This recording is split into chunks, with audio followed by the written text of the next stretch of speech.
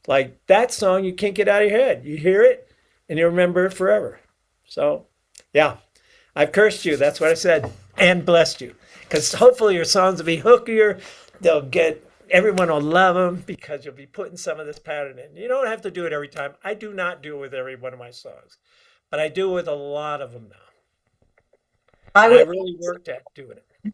I was just looking at one of my old choruses that was a song that was very hooky. People told me, and was the first one to have some success. It was called "In My Daydream," and the chorus goes like this. I think it's a line plus two. Um, In my daydream, you're the real thing. Fantasy is all I need, and it may seem like I'm crazy, but you're the only one for me in my daydream. Perfect. Yes, that's line plus two. And then you varied it. See, that's the key. If you just Yeah, repeated that same thing like Billie Eilish did, she can yeah. do it. She's got such hooky melodies, and the production is amazing with what her brother does. But that you did it just right. I'd say the typical thing is two lines of it, like you did, and then you break it up with another line with a different Yeah, rhythm and a different rhyme, and yeah. then two lines and then a different rhythm and rhyme.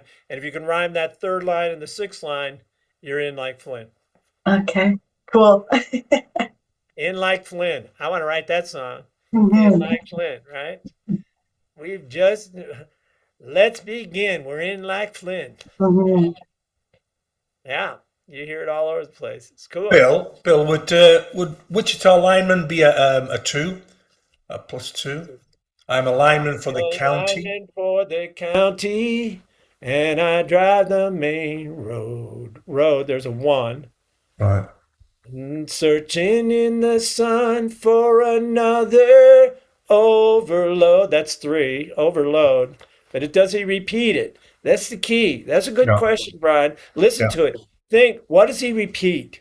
I need to know what he repeats. And again, Jimmy Webb didn't do that. I mean, he did some things obviously great and automatically, but maybe he wasn't doing that rhythm quite so much. He's such a melodist. His melodies, I'm not so worried about the rhythm.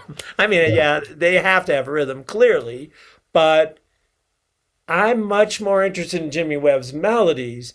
And then when Paul Simon came along, it offended him. Like, what? No, rhythm is the least important. It's the melody. And I think, yeah, okay. But, so just think of that. Did he do that overload? Did he do that ever again? If he repeats it, then he's done line plus three. Searching in the sun for another space overload. And I need you more than want you. There it is. That's a two. And I need you more than want you. And I want you for all time. See, he's not quite doing it in that same way. Because again, I don't think he did that. He wrote great songs. I'm not dissing him. I think they're great and I love them. And I can remember them, again. But I don't think he was doing that. We'd have to listen. We'd have to listen to some. But I mean, that's the key is you do your homework. You go, okay, what are some songs I really love or I still remember from 40 years ago that I haven't heard, that I rarely hear, but I can still sing them for you. You can think of Christmas songs, like you were talking about children's lullabies. They're certainly hooky. They've been honed. Folk songs have been honed for, years. So you think of Dylan's song that he stole from an old English folk song. Come, you masters of war, for you who build all the guns, you who build all the bombs, you do. For that was honed. That song was honed as a folk song for 100 years or 200 years. They knew how to hook people. So you just think, okay, well, what is that? Christmas carols. Like, we wish you a Merry Christmas. We wish you a Merry Christmas. We wish you a Merry Christmas and a Happy New Year for. Good tidings to you five and all of your kin five. I don't know. That's not quite the same. I don't think it's a little different. But think of all the Christmas songs. Jingle bells. Jingle bells 3, jingle all the way 5. Oh, what fun 3. They didn't rhyme it. See if they'd go to hell. You know, when people did the funny version of it, jingle bells go to hell. Santa stole the sleigh. You know, Rudolph stole the sleigh. They rhymed it when they did the parody version. Jingle bells go to hell. They were doing that line plus 3 pattern, the one that's hookier. Yeah. So that happy birthday pattern, what I had heard was that's a pattern of doing something for 3 lines and then changing it up, or 2 lines and then changing it up on the 3rd line, and then coming back to the original on the 4th line. So like happy birthday to you, happy birthday to you, happy birthday dear. That Longer. is the key to it, as I was saying before. Don't repeat it too much, or the ear gets fatigued and it wants something different. So they do 3, you know, they do 2 and then a 3rd line and then they go back to it, or The original. the Yeah. 4th line and then go back to it. That's great. Yeah. That's the way to think about it, because you can overuse it easily. Again, Billie Eilish overused it in that Bad Boy song, but it seemed to work. She overuses it in Birds of a Feather. Go listen to Birds of a Feather. She overuses the rhythm and the melody matching and the rhyme matching, but it works. It partly works because of her voice, it partly works because of the production, and, you know, I don't know. But you got to be careful about it. I think you're right. I think you got the pattern. Do not repeat it too much. You know, if you're Billie Eilish, you can do whatever you want, but the rest of us probably have to be a little more careful. It's cool. All right. So you've got your homework cut out for you. You're going to go back through your hooks. Had a black eye the last. Sorry. You're going to go back through your hooks and you're going to find the 2s, 3s, 4s. And if you're, you know, if you want to even go to 5, you can. But I typically would focus on the 3s, the 2s, and the 4s. That's the longest I'd go, probably. And you can decide, you know, like, you know, we were hearing before, what, you know, if I, Terry's saying, I think, if I, that's a nice one because it starts off the line. And then I would think of what rhymes. If I could sigh, you know, or I break them up with a line in between. So think of your titles, come up with the 2s, 3s, and 4 titles, put those to the top of your list, and then come up with a line that matches that rhythm, rhyme, and melody. Just make sure that's in your song, in your chorus if you can. I think that's the strong, if you can put it where the hook is, that's really strong. All right. Secondly, go and listen to the radio, your favorite songs, and start to count it out like I did with my fingers when Robert was doing it with his fingers. You know, like 1, 2, 1, 2, 3. Or if you're Bee Gees, it's 1, 2, 3, 4, 5. Or 1, 2, 3, 4, 5, 6. Just start to hear this pattern so you can train yourself in this pattern.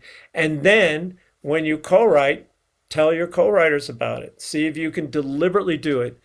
Last thing is, go back to your old songs and ones that you thought were good but weren't great, and see if you can rewrite them with the new pattern that you've just found. And rewrite them and do that little pause and put in that rhythm thing. And again, once you listen to a bunch of these, hopefully you'll start to get these rhythms in your bone. But if you don't, tap them out and write a ghost song. Write one to a Billie Eilish song. You know, write one to the rhythm of that Billie Eilish song. Write one to the rhythm of Dan and Shay's song. Don't copy the melodies, but just write one to those rhythms. Go to a Morgan Wallen song and figure out what those rhythms are and write it to those rhythms. All right. That makes sense? That's what I got. I don't have a lot. I don't think you need to have a lot, except now you need to go raise your awareness about this, start listening with this in mind, and start planning your songs and then writing your songs with this in mind. Now, you know, maybe Robert and Jim have some exercises they can think of for you to do, or maybe this will just be a shorter session. I don't know.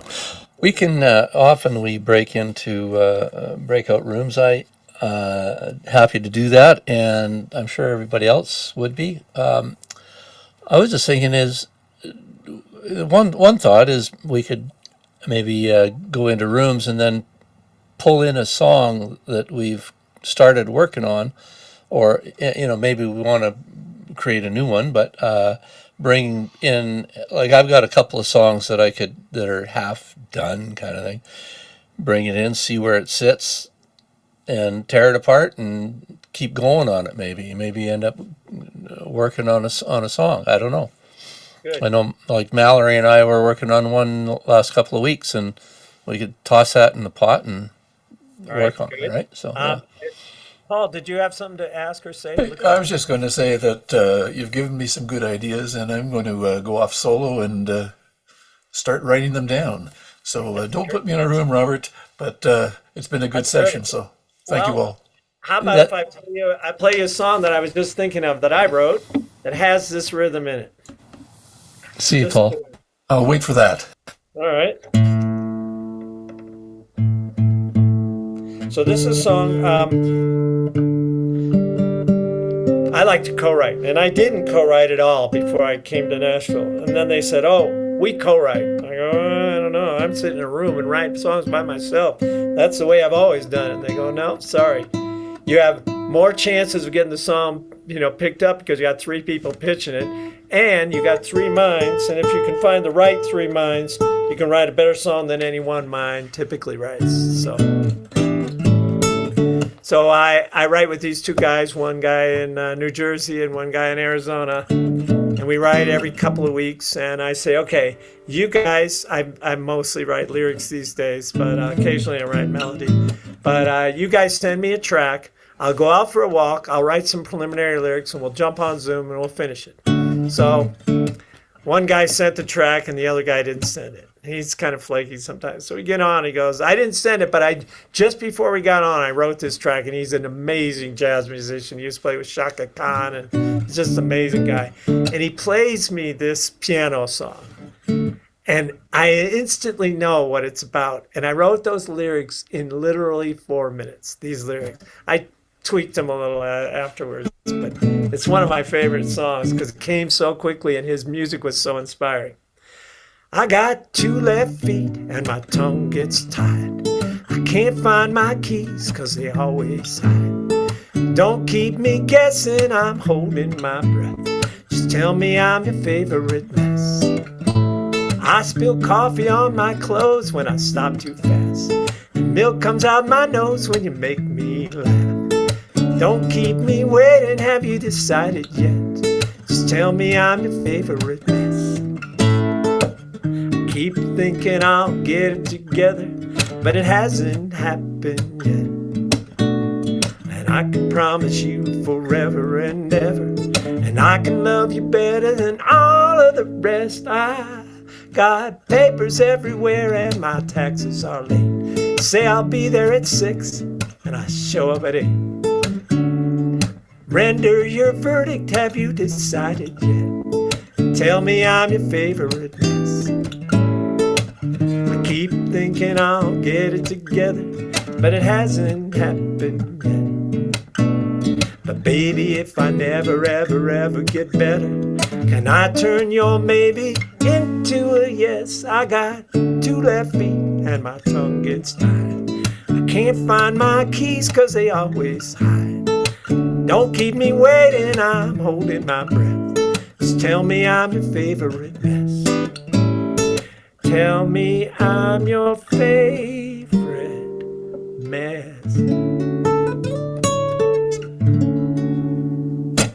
That had some line plus 3 in it, didn't it? Line plus 4, line Line plus 4, four, 4s and 3s, yeah. See, now you're all hearing it, aren't you? I didn't even think of that when I was writing it. It just, I've got it in my bones now. I got 2 left feet, and my tongue gets tied. 3-3. I can't find my keys. I think the emphasis is the stuff. Can't is the pickup. Can't find my keys 'cause they always hide. Don't keep me waiting. That's 5. I'm holding my breath. That's 4. Tell me I'm your favorite mess. I keep thinking I'll get it together. That's a long one, but it hasn't happened yet. 4. Baby, if I never, ever, ever get better, I can love you better than all of the rest. So there's some patterns in there, but some not. So that's it. So this is like your quiz, the pop quiz at the end of the class. You got it. You were hearing the patterns in it. So that's the key. I think just start to hear it and then start to put them in there. So I will leave you into the capable hands of Robert and Jim. Yeah, if you need to go off and go write a song, Paul's inspired. He's going for it. If you need to go off and go write a song, you go write a song. But I hope that this has contributed, and I hope the next songs you write will have this influence. You've learned a lot through this series already, and I'm sure you're incorporating everything. And I thought, I bet they haven't got this 9+3. I want to bring it to them and get them all excited like I am. So I hope that's done it today. Thank you for having me, you all, and thank you for listening and your kind attention. I really appreciate it, and you can tell I'm so excited about this. I want to share it with everybody. So it's cool. Thanks, Bill. Thank you, Bill. Really appreciate it. All right, and I'll see you again pretty soon, Jim. Yeah, we'll do, Bill. Take care. Right. Great. Bye-bye. Thanks, Bill. See you. All right, thanks. Okay. Well, what do you think? What do you guys think of that session? Any feedback there? Amazing. Gabe's there's double whammy. And like Yeah. Terry, I think Terry liked it too, didn't you, Terry? I thought it was great. Yeah. Yeah, it was really, really interesting. I had a lot more questions, but I didn't want to clog up the whole session with him answering my questions only. But, Well, go ahead. That's what it's all about. I mean, Well, you need you know, need to ask. to me, I can see when you want a really popular song like that. But I have a song that's a really favorite song of mine, but it's a story. It doesn't have any chorus, so you can't really put a hook in there. There is no hook in there, but it's Dan Fogelberg, leader of the band. It tells this magnificent story throughout, with no chorus, and I'm not sure. It's a story. You got to listen to it, and to this day, I could never sing it because I can't memorize the lyrics because they're not on repeat all the time. But every time I hear it, it's like I'm hearing it for the first time almost, and I really want to listen to the end because that's where this great line comes in at the end. But anyways, I just wanted to hear his opinion on that. Why is that such a great, memorable song, and it doesn't have a lot of the qualities that he said there? Does it have Well, I think patterns through the verses? Oh, it definitely It does. has I was a thinking. Yeah. pattern. It's a beautiful pattern, Yeah. beautiful melody. Yeah. But the lyrics are so drawn in, but it doesn't have a chord. Just listen to it, like Leader of the Band. But I by think it's important, and Dan he Fogelberg. mentioned that too. That those 2s and 3s can be in the verses as well, and then Yeah. switch it up. Oh, for I'm the sure. chorus. Every great And- song and- will have combinations of 2, 3s, and 4s, but they're And- not on repeat. You know what I mean? I think the point that he was making, which is very important to me, is that for many, many years, this was not a big part of songs. You Yeah, know, it was exactly. with some people. It was with some people. The big hits tended to have this patterns. Oh yeah. The ones that the people really liked. But there were other songs that maybe they were great songs and everything. And he mentioned them. One was the Wichita Lineman. It didn't have a lot of that Yeah. because but we've evolved down into, as Paul Simon said, we've moved to a place, and it was done because hip hop and rap started to become mainstream and affected the music composers, affected the writing styles of people. I mean, I just started writing with that in mind in the last year or two, that the influence of hip hop and rap. I didn't know how to do it. And now that I'm doing it, I really, really like it. It's catchy as all heck. Now that he's told us about the line and 3, I'm going to try to add that because I know it's going to make my songs more likable by the people that I play for, and that's part of my goal. is to have people like my songs and want to hear them again. And It's interesting you mentioned that song. I was thinking the same song, but it does have a chorus. I've been trying to learn it, so I printed it out here. And the chorus is basically, and I think it's got the pattern. It's got a 2 in here. Of course, the leader of the band is tired, and his eyes are growing, or 3, sorry, growing old. But his blood runs through my instrument, and his song is in my soul. My life has been a poor attempt to imitate the man. So there's, Yeah. but He's I'm going back and forth with it, right? yeah, it's but there are patterns in it. Oh, there's all think Brian patterns in can- every song. Yeah, don't get me wrong. There's patterns in every song, but Yeah. you know, they're not being repeated. Like 3, 3, 3, 3, 3. I think that's more. well, Like, it's an exception to the rule. It's a lovely song, but it's an exception to the rule or the norm, I guess you might say. Right? He's got a little in there, Jerry. He's got it on the chorus there. He's got the 3s on the chorus, Yeah, isn't he, yeah. Jim? I'm just thinking 3s about and it 4s. after Jim just said something there. Yeah. I think But I was what's- thinking even a song like Bohemian Rhapsody. Like a rhapsody is something throwback to the classical music, right? That nobody ever writes rhapsodies anymore, but Queen did it, and it's a mega hit. It's iconic, and does that fit into it? You'd have to listen to it and see. Yeah, I know. Three. That's what I'm going to go back to those songs that I really enjoyed. Yeah. Yeah. Trans-Siberian Orchestra. They're a beautiful Christmas song. Old Town Cafe, right? yeah, I think Or it's Old Town Bar. Sorry. I think it's for me. It's always important to remember that these are just tools, right? And Oh yeah.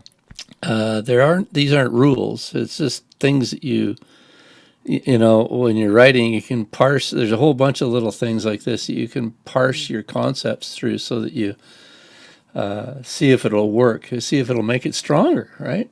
Yeah. Oh, Yeah. I agree. What Bill showed us there was fantastic. And I kind of thought, I guess maybe I think too much out of the box. And I look back at my songs and I said, holy smokes, I'm doing a lot of that already without even knowing it, just like Jim said here, right? And you as well, Robert. You said, you looked at your songs and you didn't even realize you were doing it. I think we've all done that to a certain extent. I find I do it fairly naturally, and then Yeah. I feel like I'm doing something that just sounds really bubblegum, poppy, repetitive, and I want to try and break out of being Yeah. super repetitive. But maybe what I'm hearing is that the repetition is good, and Yeah. Up to a certain point. Yeah. Yeah. One of the things I hear, like I don't know, I was saying to somebody maybe in the room here, but I get like 5 or 10 songs a day sometimes coming at me, and I hear stuff that's like the 4 lines of the verse. The person's basically singing the same freaking melody all the way through all 4 lines, and it just sits there and it's flat, right? Not music, not pitch wise. Just boring, right?